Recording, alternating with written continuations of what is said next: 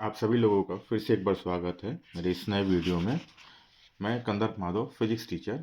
आज बात करने वाला हूँ क्लास 12 के चैप्टर नंबर 14 यानी कि ray optics and optical instruments के फॉर्मूला के बारे में।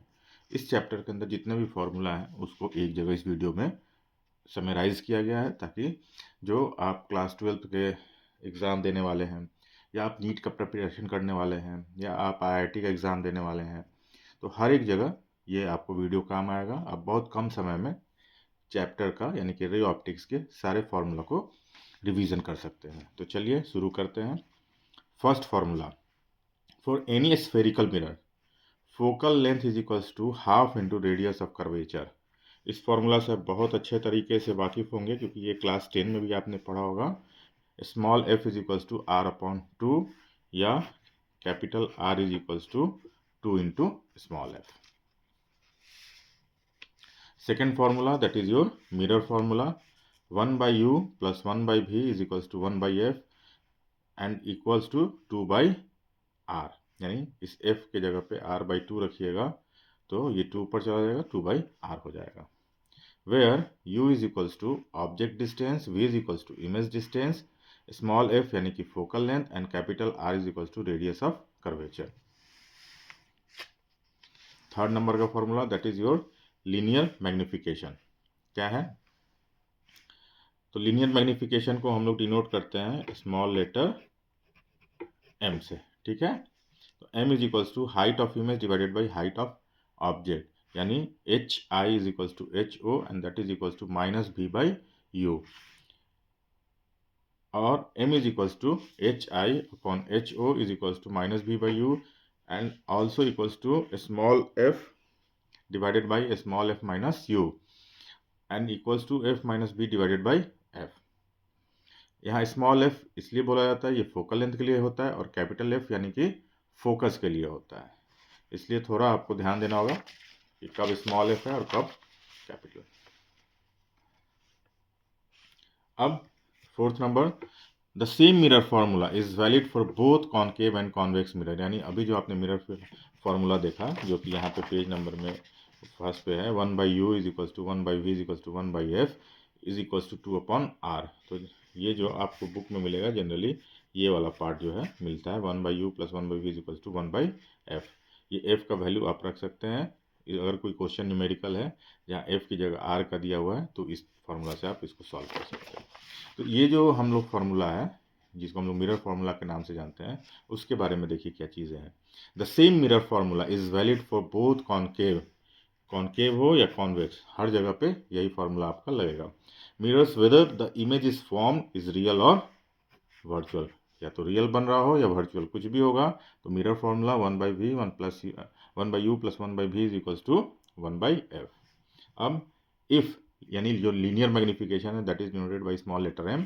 तो if mod m is greater than one, यानी एक से अगर बड़ा है m का वैल्यू, द इमेज इज मैग्नीफाइड, यानी कि जो ऑब्जेक्ट का साइज होगा उससे बड़ा इमेज का साइज होगा। B number, if mod m is less than 1, the image is diminished, यानी अगर मैग्निफिकेशन का साइज एक से छोटा है तो क्या होगा, आपका डिमिनिस्ड या पॉइंट साइज बोल सकते हैं, यानी छोटा बनेगा।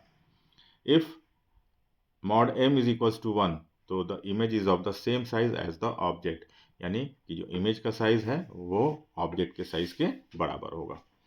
D, if m is positive, यानी कि मैग्निफिकेशन का वैल्यू अगर पॉजिटिव आता है, the image is virtual and erect. E, if m is negative, यानी m का वैल्यू अगर निगेटिव है तो the image is real and inverted. अगर पॉजिटिव है तो वर्चुअल और इरेक्ट, अगर निगेटिव है तो image is real and inverted. ठीक है। एफ एंड आर, यानी कि focal length and radius of curvature R negative for a concave mirror. Concave mirror के लिए हमेशा आर और एफ निगेटिव रहेगा, और कॉन्वेक्स मिरर के लिए and positive for a convex mirror. एकदम ये सब याद रखिएगा। For a real object U is minus negative and V is negative for real image and positive for virtual image. ठीक है। तो ये एक तरह से समझिए तो कार्टेशियन कोऑर्डिनेट सिस्टम जो है उसके हिसाब से यहाँ पे कुछ पॉइंट्स है जिसको अगर आप याद कर लेंगे तो आपको न्यूमेरिकल प्रॉब्लम्स बनाने में बहुत आसानी होगी, और अगर ऑब्जेक्टिव क्वेश्चंस जो होते हैं वो भी आते हैं तो वो भी आप बहुत आसानी से सॉल्व कर सकते हैं।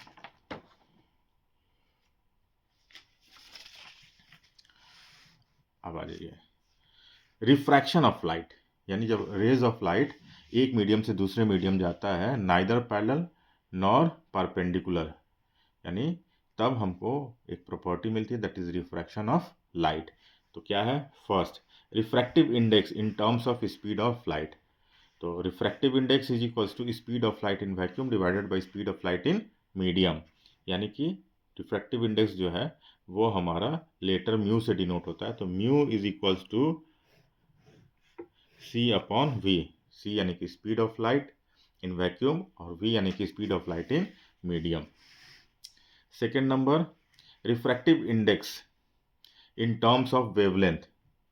तो mu is equals to wavelength in vacuum divided by wavelength in medium, यानी mu is equals to lambda, यानी वेवलेंथ को हम लोग लैम्डा से डिनोट करते हैं। तो lambda, mu is equals to lambda in vacuum divided by lambda in medium. अब आ जाइए रिलेटिव रिफ्रैक्टिव इंडेक्स, ठीक है। तो ये जो हमारा यहाँ पे आया है ये एब्सोल्यूट रिफ्लेक्टिव इंडेक्स के लिए है। रिफ्रैक्टिव इंडेक्स जो होता है दो तरह का होता है, एक होता है रिलेटिव और दूसरा होता है एब्सोल्यूट। तो पहले हम लोगों ने एब्सोल्यूट के बारे में बात किया, अब हम बात कर रहे हैं रिलेटिव रिफ्रैक्टिव इंडेक्स। तो क्या है relative refractive index? The relative refractive index of a medium 2 with respect to medium 1 is defined as the ratio of speed of a light v in medium 1 v1 in medium 1 to the speed of light v2 in medium 2 and is denoted by 1 mu 2। और इसको हम लोग पढ़ते हैं refractive index of 2 with respect to 1 is equals to v1 upon v2। As refractive index is the ratio of two similar physical quantities, so it has no units। ये objective में question पूछा जा चुका है कि रिफ्रैक्टिव इंडेक्स का unit क्या होता है, तो उसमें आपके पास ऑप्शन होगा नो यूनिट, तो आपको उसी को टिक करना है। और इसका कोई so it has no units and dimensions, ना डायमेंशंस है और ना ही यूनिट्स है। तो रिफ्रैक्टिव इंडेक्स जो है प्योरली हमारा क्या है, एक नंबर है।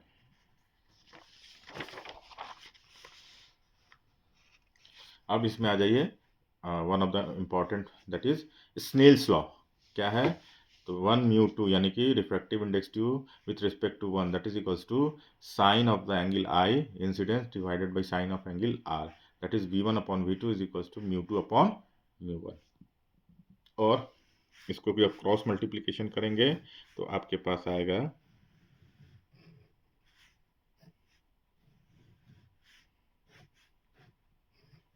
Mu 1 sine I is equals to mu 2 sine R. 5 principle of reversibility of light, यानी 1 म्यू 2 यानी refractive index 2 with respect to 1 is equals to 1 upon 2 mu 1।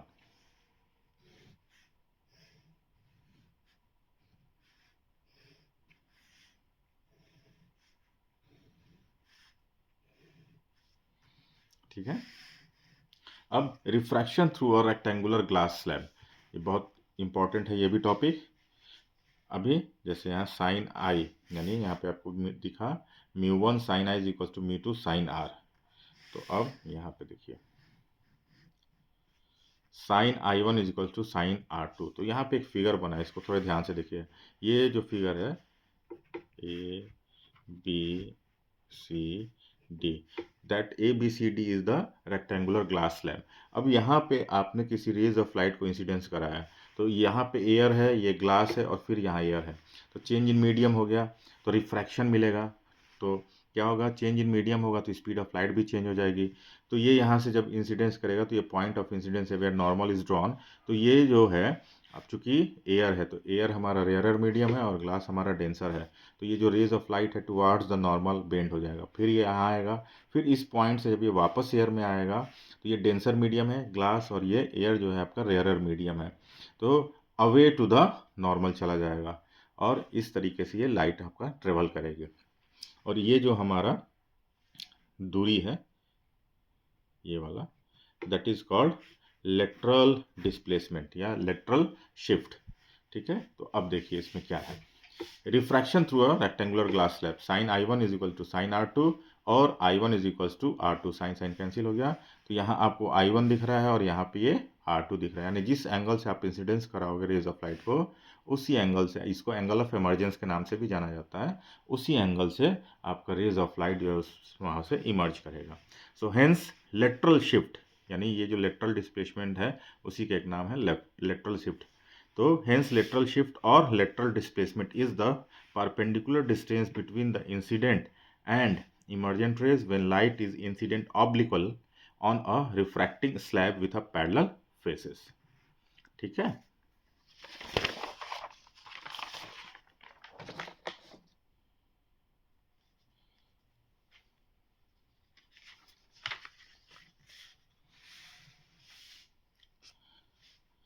Seven number, expression for lateral displacement.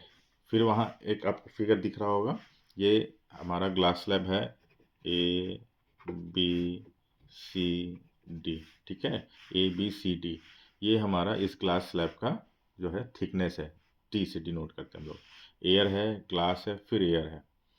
तो x is equals to, यानी कि यहाँ से यहाँ तक की दूरी जो है that is called x is equals to T thickness upon cos r multiplied by sine I minus r, angle of incidence, angle of refraction, तो ये जो एंगल है यहाँ पे दिख रहा होगा आपको, that is called I minus r। तो x इज इक्वल्स टू, ये जो आपका परपेंडिकुलर डिस्टेंस है, जो दूरी है उसकी बात हो रही है, x is equals to T upon cos r into sine I minus r, और equals to T sine I bracket में 1 minus cos I upon mu square minus sine square I का power half.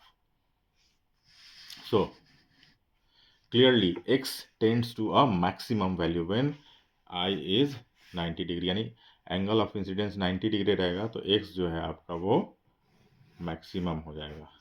So that sine I tends to 1 and cos I tends to 0, thus x max, यानी ये maximum जो distance होगा, जो आपको figure में दिख रहा है x मैक्स, वो कब आपको मिलेगा, x max is equal to T sine 90 degree is equal to T thickness, that is the displacement of the emergent ray can not exceed the thickness of the glass slab. ये बहुत important point है, इसको आप note में एकदम याद कर लीजिएगा। ऑब्जेक्टिव जो है इसी से पॉइंट से बनता है, और ख़ास करके अगर नीट एग्ज़ाम की हम लोग बात करें तो वहाँ बनेगा, और क्लास 12 में भी जो आता है आपका, अगर एक दो सब्जेक्टिव वाले से ऑब्जेक्टिव, तो ये सब पॉइंट कि the displacement of the emergent ray can not exceed thickness of the, यानी जो भी आप ग्लास स्लैब लेके काम कर रहे हैं उसका जो थिकनेस होगा, उस थिकनेस से ज़्यादा कभी भी इमर्जेंट रे का डिस्प्लेसमेंट नहीं हो सकता है।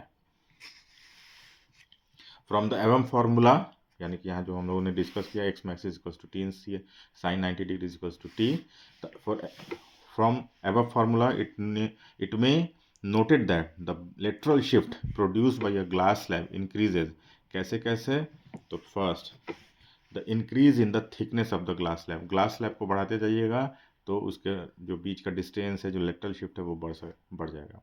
The increase in the value of the angle of incidence, angle of incidence का वैल्यू बढ़ा दीजिए तो आपका जो है लेटरल शिफ्ट का जो है वैल्यू वो भी बढ़ जाएगा। Second, third, the increase in the value of the refractive index of the glass slab, यानी जो आप ग्लास स्लैब यूज़ कर रहे हैं उसका रिफ्रैक्टिव इंडेक्स जितना बढ़ते जाएगा उतना ज़्यादा आपको लेटरल शिफ्ट जो है वो मिलते जाएगा।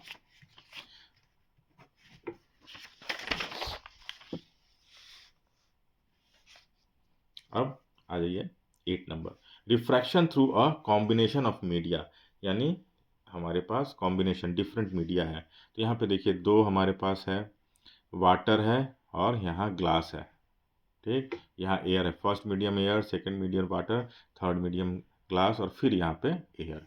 तो 1 mu 2 multiplied by 2 mu 3 multiplied by 3 mu 1 is equals to 1, ठीक, और 2 mu 3 is equals to 1 upon 1 mu 2 into 3 mu 1।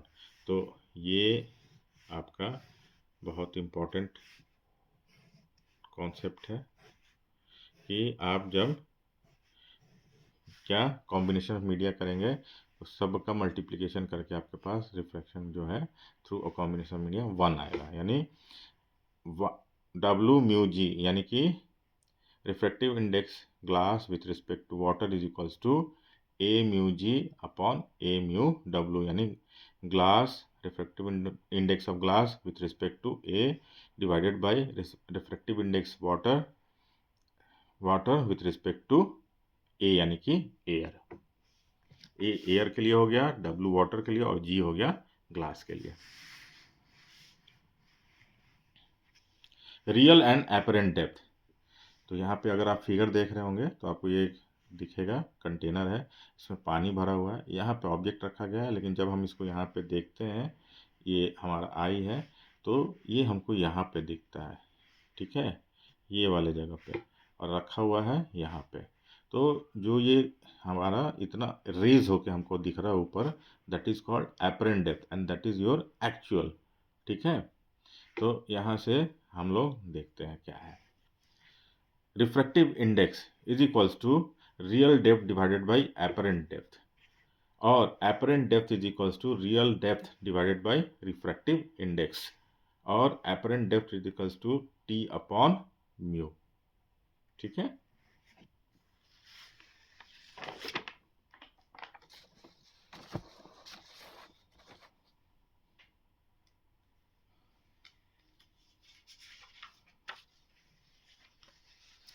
अब आ जाइए 10 number, normal shift, the height through which an object appears to be raised in a denser medium is called normal shift, ठीक है। जो आपका object जो है, जो हमारा रेज्ड हो रहा है, उठा हुआ हमको दिख रहा है, प्रतीत हो रहा है, that is called normal shift. कहाँ पे? तो डेंसर मीडियम में। So normal shift is equals to real depth minus apparent depth, that is D is equals to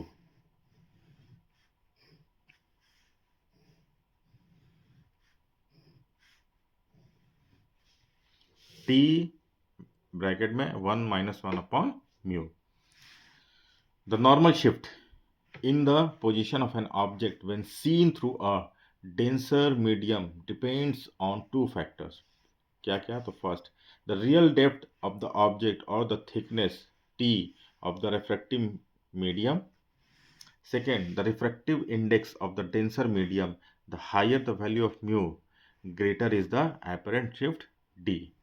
यानी u के वैल्यू को बढ़ाते जाइएगा तो ये आपका जो apparent shift है D वो भी बढ़ते जाएगा।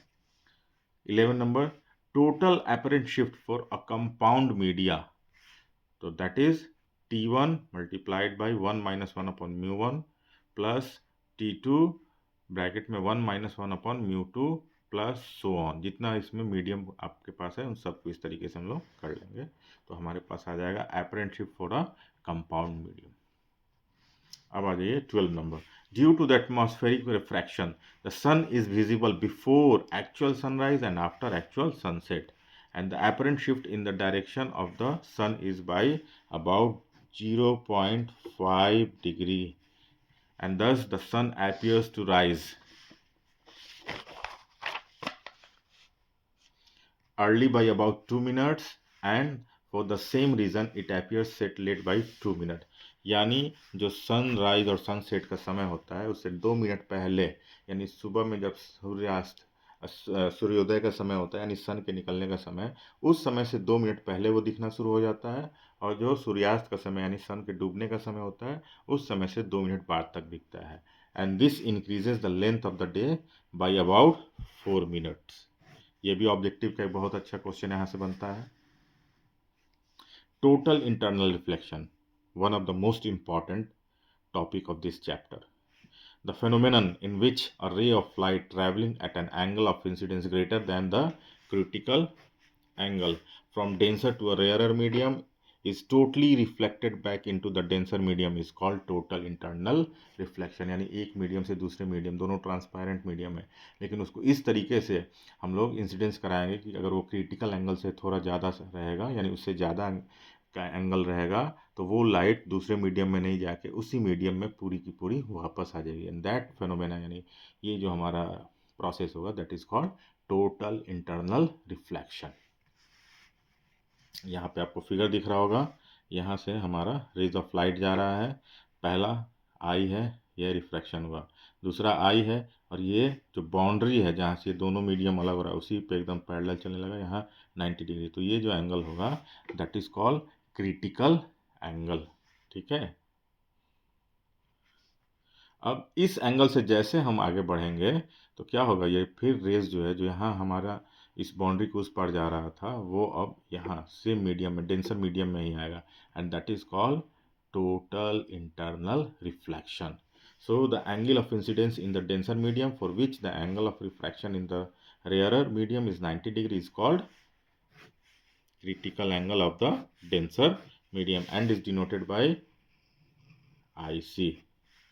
IC कैसे, तो इस तरीके से,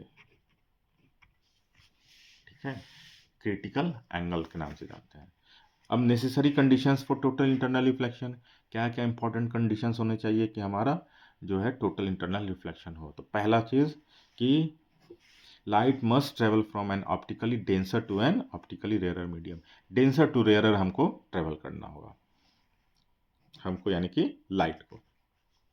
the angle of incidence in the denser medium must be greater than the critical angle for the two media.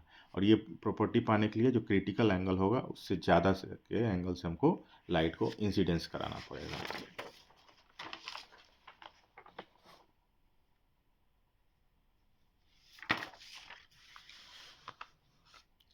Relation between critical angle and refractive index, mu is equals to 1 upon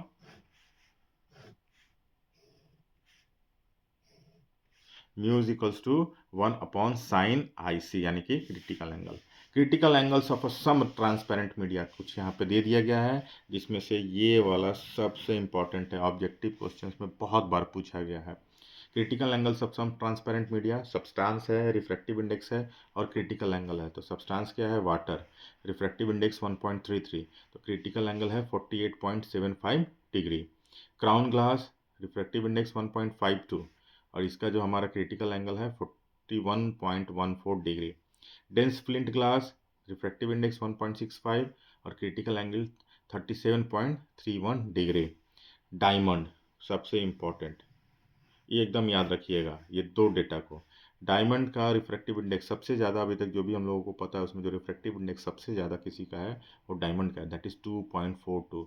और critical angle जो है सबसे कम यानी 24.41 degree. तो अगर इस table को ध्यान से देखिएगा तो जैसे जैसे रिफ्रैक्टिव इंडेक्स बढ़ रहा है वैसे वैसे क्रिटिकल एंगल का वैल्यू कम होते जा रहा है.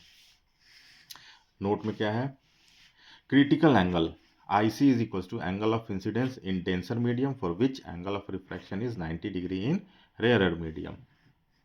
Second, refractive index of a denser medium mu is equals to 1 upon sin IC. And third, total internal reflection occurs when I is greater than IC. यानी जो इंसिडेंस का एंगल है वो क्रिटिकल एंगल से बड़ा है तो वहाँ पे आपको टोटल इंटरनल रिफ्लेक्शन का प्रॉपर्टी मिलेगा और वो जो रेज ऑफ लाइट है उसको डेंसर टू रेयर टेबल करना होगा. अब आ जाइए हम लोग बात करते हैं स्फेरिकल लेंसेज के बारे में.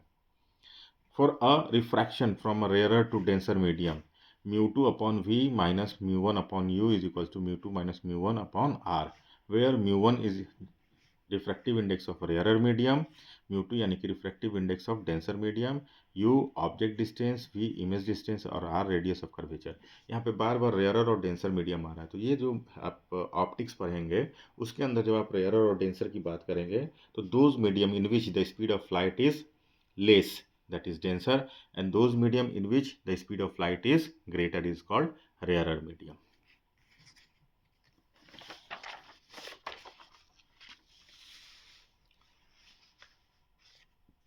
Second number, for refraction from denser to rarer medium, μ1 upon V minus μ2 upon U is equals to μ1 minus μ2 upon R.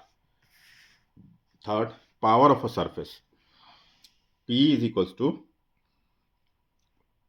μ2 minus μ1 upon R and that is equals to μ minus 1 upon R for air. Fourth number, first principal focal length, f1 is equals to minus μ1 into R divided by μ2 minus μ1. Second principal focal length, f2 is equals to μ2 R into R divided by μ2 minus μ1 and therefore f2 upon f1 is equals to minus μ2 upon μ1. Note में क्या है, the factor μ2 minus μ1 upon r is called power factor of the spherical refracting surface and it gives a measure of the degree to which the refracting surface can converge or diverge the rays of light passing through it.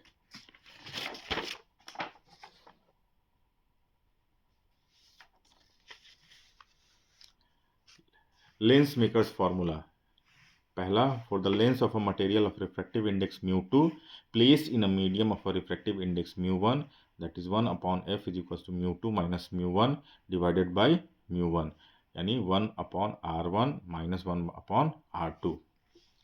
Second number, when the lens is placed in air, μ1 is equals to 1 and μ2 is equals to μ. So therefore 1 by f is equals to μ minus 1 multiplied by 1 upon r1 minus 1 upon r2.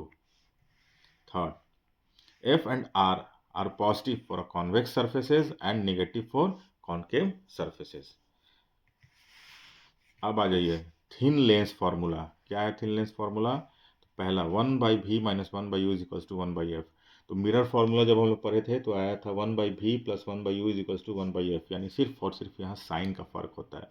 जब mirror होगा तो यहाँ plus हो जाएगा और जब lens होगा तो 1 by V minus 1 by U is equals to 1 by F. और where v is equals to image distance, u is equals to object distance and f is the focal length. Linear magnification in terms of u and f. तो m is equals to v upon u is equals to f divided by f plus u. Linear magnification in terms of v and f. तो m is equals to v upon u is equals to f upon f plus u and that is equals to f minus v divided by f. अब notes में क्या है? पहला, for a same thin lens formula is valid for both convex and concave lenses and for both real and virtual image. जैसे mirror में हम लोगों ने बात किया था वैसे ही यहाँ पे भी है. Second number, when m mod m is greater than 1 the image is magnified. When mod m is less than 1 the image is diminished. When mod m is equals to 1 the image is of the same size as the object. When m is positive or v is negative the image is virtual and erect. When m is negative or v is positive the image is real and inverted. G. In Cartesian sign convention u is taken negative. In case of a convex lens v is a positive for a real image and a negative for virtual image and f is positive. I. In case of concave lens u1 v and f are negative. Magnification m is positive for virtual image and negative for real image.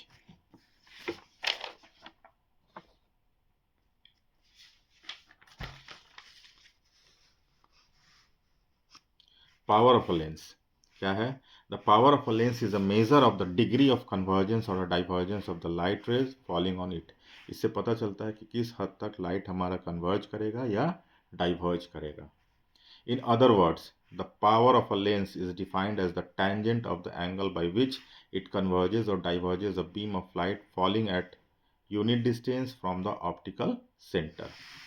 Smaller the focal length of a lens, more is ability to bend light rays and greater is its power.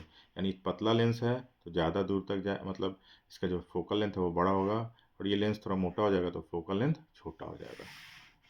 Power P is equals to 1 upon F, और f जब metre में है तब. अगर आपको centimetre में दिया है तो आप सीधे कर सकते हो 100 divided by f in centimetre. फिर thus the power of a lens may also be defined as the reciprocal of its focal length. SI unit of power is diopter denoted by capital letter D. So if f यानी जो focal length है वो 1 metre है, then P is equals to 1 upon 1 metre and that is 1 per metre, that is 1 dioptre. यानी 1 dioptre का अगर हमारे पास lens है पावर का, इसका मतलब कि इसका फोकल लेंथ 1 मीटर का है. 1 dioptre is the power of a lens whose principal focal length is 1 metre.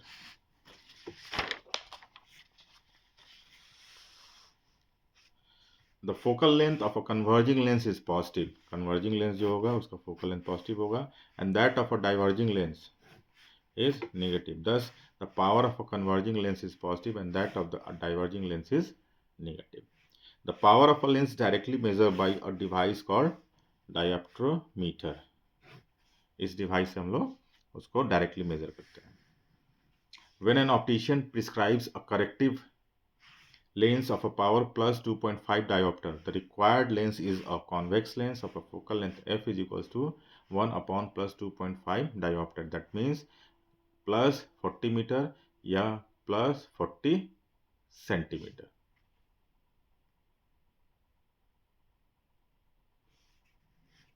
Similarly, a power of minus 4.0 diopter means a concave lens of a focal length of 25 centimeter.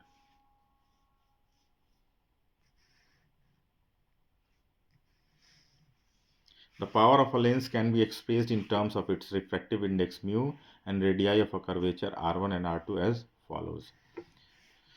Second, P is equals to 1 upon F and that is equals to bracket में mu minus 1 फिर bracket 1 upon R1 minus 1 upon R2.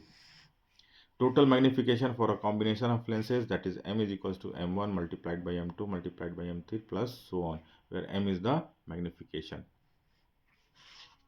For two lenses in contact, equivalent focal length f is given by 1 by f is equals to 1 by f1 plus 1 by f2 and power p is equals to p1 plus p2.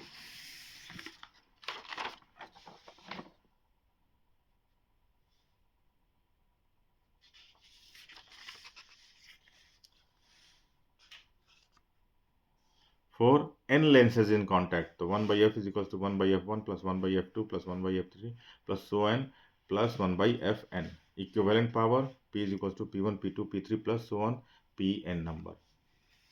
Fifth number, the equivalent focal length f of two lenses separated by a distance d is given by 1 by f is equals to 1 by f1 plus 1 by f2 minus d upon f1 into f2.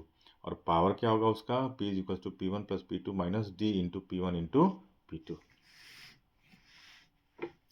Combination of lens and a mirror. Concept use क्या है इसमें, जब lens और mirror का हम लोग combination करते हैं, we first find the position of the image form by the lens by using thin lens formula. पहले लेंस का फार्मूला लगाना है and taking this image as a real और virtual object for the mirror and we use mirror formula. तो पहले हमारा lens formula और फिर उसके बाद हमारा mirror formula to locate the position of the final image form by the combination.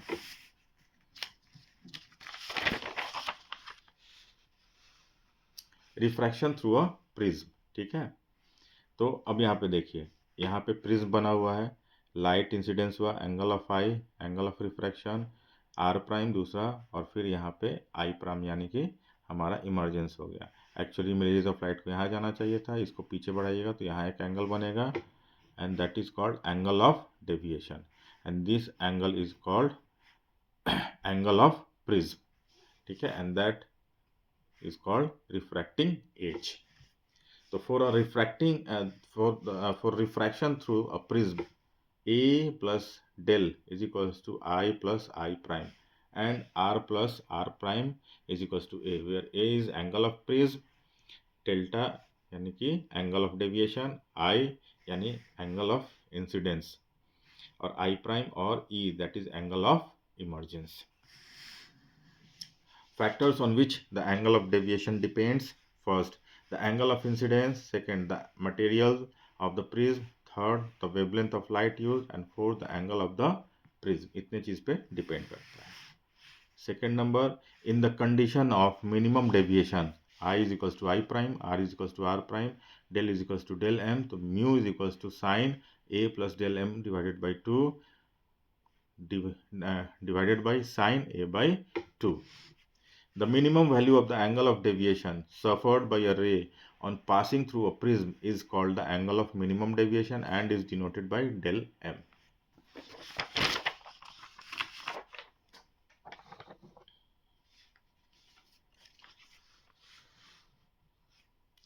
Third, deviation produced by a prism of a small angle, del is equals to mu minus 1 into A. It depends on the angle of prism and the refractive index of its material. Note में क्या है? First, a ray of light suffering refraction through a prism is bent towards the base of the prism. Second, the deviation produced by a prism is maximum when the angle of incidence is 90 degree. And del max is equals to 90 degree plus I prime minus A. Third, for a small angle prism, angle of deviation del is equals to mu minus 1 into A.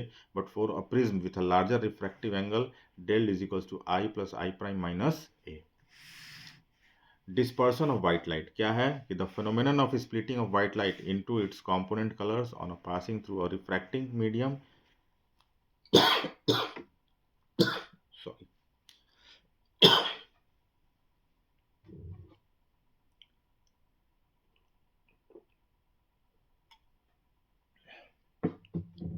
sorry The phenomenon of splitting of white light into its component colors on passing through a refracting medium is called dispersion of light.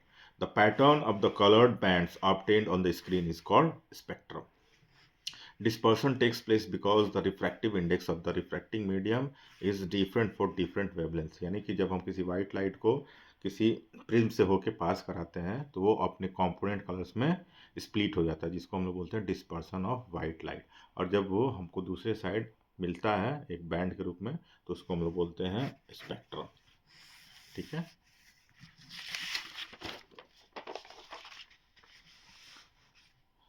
The refractive index mu of a material for wavelength lambda is given by the Cauchy's relation। क्या है?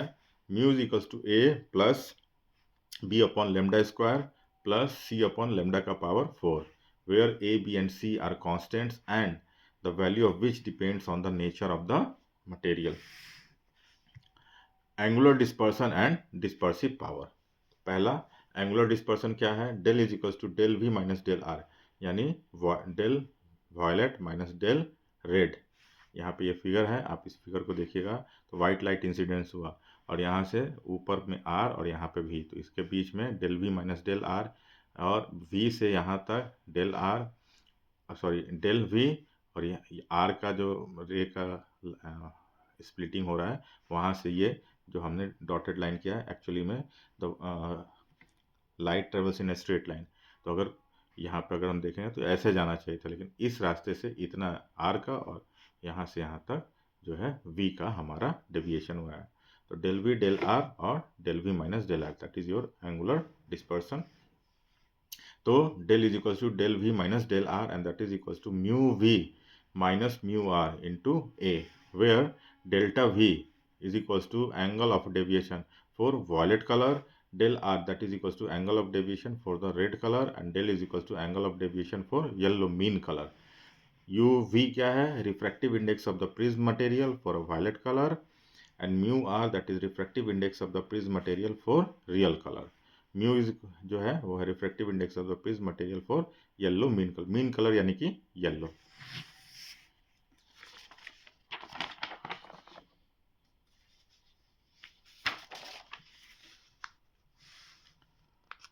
Angular dispersion, the angular dispersion between the two extreme colors violet and red in the spectrum is called the angular dispersion। ठीक है। और angular dispersion produced by a prism depends upon first angle of the prism and b nature of the material of the prism। अब dispersive power क्या है? The ability of the prism material to cause dispersion, it is defined as the ratio of the angular dispersion to the mean deviation, that is dispersive power is equals to angular dispersion divided by mean deviation and that is del v minus del r divided by del। और जो dispersive power है उसको हम लोग W से denote करते हैं, that is equals to del V minus del R upon delta और mu V minus mu R upon mu minus 1। Second mean deviation del is equals to del V plus del R divided by 2। Third mean refractive index mu is equals to mu V plus mu R upon 2। Note क्या है? Yellow light is called mean light and its deviation is called mean deviation।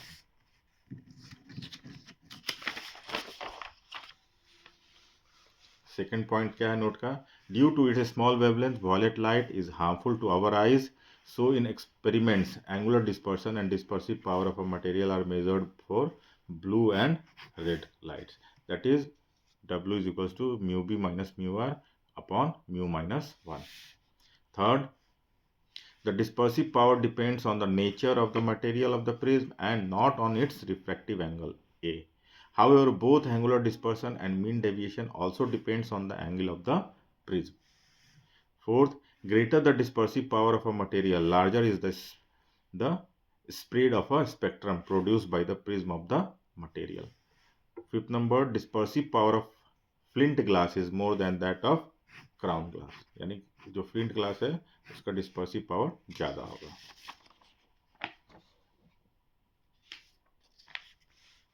अब आ जाइए, scattering of light. This is the phenomenon in which light is deflected from its path due to its interaction with the particles of the medium through which it passes. Basically, the scattering process involves the absorption of light by the molecules followed by its re-radiation in different directions. ठीक है? And there are two types of scattering. कौन कौन सा? Elastic और railing scattering, and second inelastic scattering. तो पहला हम लोग बात कर लेते हैं, when the size of A of the scattering particles is much smaller than the wavelength lambda of incident, यानी कि जो साइज है स्कैटर्ड पार्टिकल जिसको हम A से डिनोट कर रहे हैं, अगर वो बहुत छोटा है किससे, जो जो वेवलेंथ है लाइट, इंसिडेंट लाइट का वेवलेंथ, तो there is no exchange of energy between the incident light and the scattering particles, and consequently there is no change in the frequency or wavelength of the scattered light, and this type of scattering is called elastic or railing scattering. Second, when the size of the scattering particle is much greater than the wavelength of incident light, and that is A is much greater than lambda, there is interchange of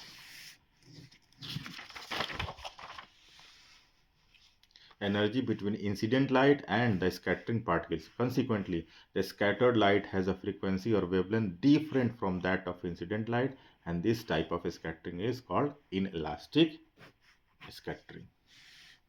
example में Raman effect और Compton effect. Railings law of scattering बहुत important है, इसको एकदम आप ध्यान में रखिएगा. According to Rayling's law of scattering, the intensity of light of a wavelength lambda present in the scattered light is inversely proportional to the fourth power of lambda, and provided the size of the scattering particles are much smaller than lambda. Mathematically, I inversely proportional to the 1 upon lambda का power 4. 4 किसके लिए? A is much greater than, sorry, A is much less than lambda. So thus the scattered intensity is maximum for shorter wavelength. Scattered intensity is maximum for shorter wavelengths.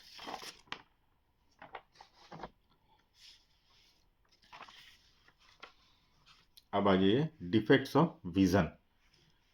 पहला, correction of myopia or short sightedness. A concave lens of a focal length small f equal to the distance x of the far point from the defective eye is used. यानी f is equals to minus x and p is equals to minus 1 upon x. Second, correction of hypermetropia or long sightedness. A convex lens of a focal length f is used where f is equals to y minus d upon y into d. Here y, that is distance of the near point from the defective eye, and d, the least distance of distinct vision, that is 25 centimeter. अब simple microscope. पहला, when the final image is formed at the least distance of distinct vision, the magnifying power is m is equals to 1 plus d upon f, where d is the least distance of distinct vision 25 centimeter जिसका value होता है. अब यहाँ पे एक note क्या है, shorter the focal length of the convex lens, the greater is the magnifying power. Second, when the final image is formed at infinity, the magnifying power is m is equals to d upon f. Note में क्या है, the magnifying power is expressed with a unit x. So if a magnifying glass produces an angular magnification of 10, it is called 10x. तो अभी आप देखिएगा जितना भी mobile हम लोग यूज़ करते हैं उसमें जो कैमरा होता है, तो जूम वगैरह हम लोग करते हैं तो 10x 20x 10 15x लिख के आता है, तो दैट इज कॉल्ड मैग्निफिकेशन, यानी magnifying power is expressed in unit x. ये यूनिट होता है मैग्नीफाइंग पावर का. अब बात कर लेते हैं हम लोग कंपाउंड माइक्रोस्कोप. तो पहला, magnifying power m is equals to m not into M E, where m not that is your magnification of objective, and ME magnification of eyepiece. Second, when the final image is formed at the least distance of distinct vision, M is equals to V naught upon U naught bracket में 1 plus D upon F E and that is equals to minus 1 L upon F naught bracket में 1 plus D upon F E. Third, when the final image is formed at infinity, तो M is equals to V naught upon U naught into D upon F E and that is equals to minus L upon F naught multiplied by D upon F E, where L क्या है? The length of the microscope tube और the distance between the two lenses, यानी आई piece और जो objective है उसके बीच का जो दूरी है that is your L. F not focal length of objective, F E focal length of eyepiece and D least distance of distinct vision that is 25 centimetre.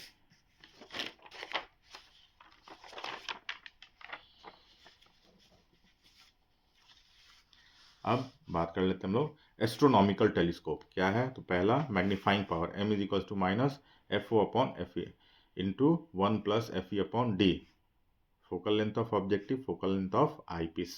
So clearly the large magnifying power FO is much greater than FE, and the negative sign for the magnifying power indicates that the final image is formed as real and inverted.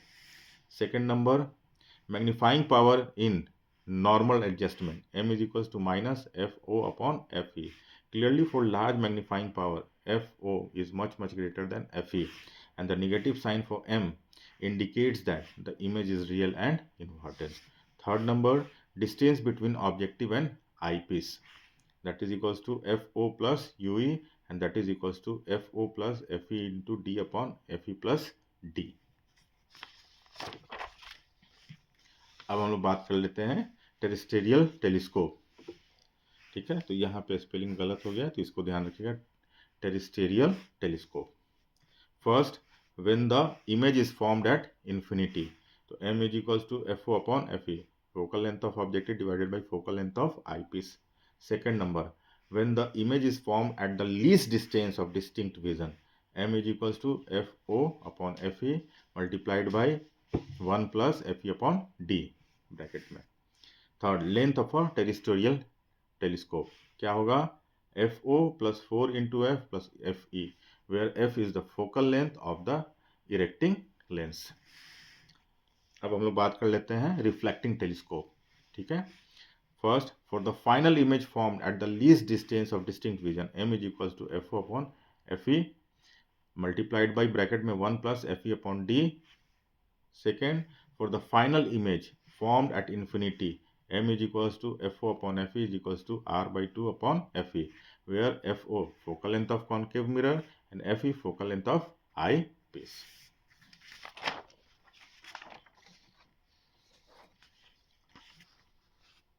Galileo's telescope. पहला, in normal adjustment M is equals to यानी magnification is equals to FO upon FE यानी कि focal length of objective divided with focal length of eyepiece.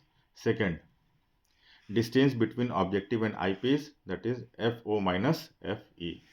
अब यहाँ note क्या है कि the largest refracting telescope is at the Yerkes Observatory in Wisconsin, USA में है, सबसे बड़ा, दुनिया का सबसे बड़ा, and it uses an objective lens of diameter 102 centimeter.